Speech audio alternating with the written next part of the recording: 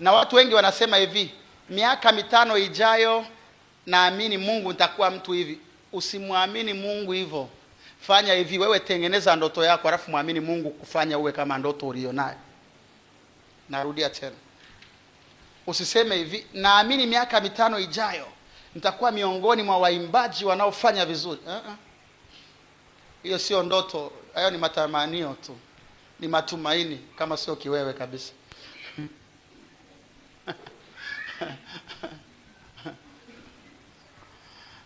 Unachopaswa kufanya, tengeneza ndoto yako. Alafu baada ya kutengeneza ndoto yako, orodhesha gharama unazopaswa kuzilipa ili uwe unapojiona. Alafu cha 3, nenda mbele za Bwana. Ndivyo Biblia inasema kwenye kitabu cha Zaburi ya 37 mstari wa 4 na wa 5. Inasema umkabidhi Bwana njia yako. Wewe ndio unayepaswa kutengeneza njia unayotaka kuiendea. Nataka kuwa mfanyabiashara wa kimataifa.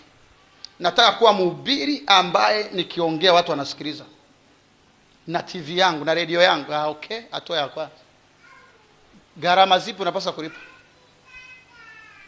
Lazima wewe utengeneze njia, alafu hiyo njia sasa mkabidhi Bwana. Alafu muamini huyo Mungu uliyemkabidhi. Na Biblia inasema naye atafanya.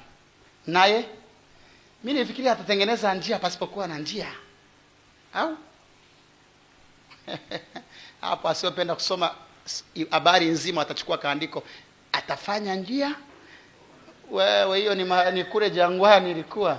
Sio kila mahali, na ilikuwa ni kwa sababu hiyo tu. Walishakuwa na watu wanakwenda, picha wanaijua, tunakwenda Kanaani, ila tumefika mahali kuna bahari hakuna njia. Tumefika mahali kuna mto Yordani hakuna njia.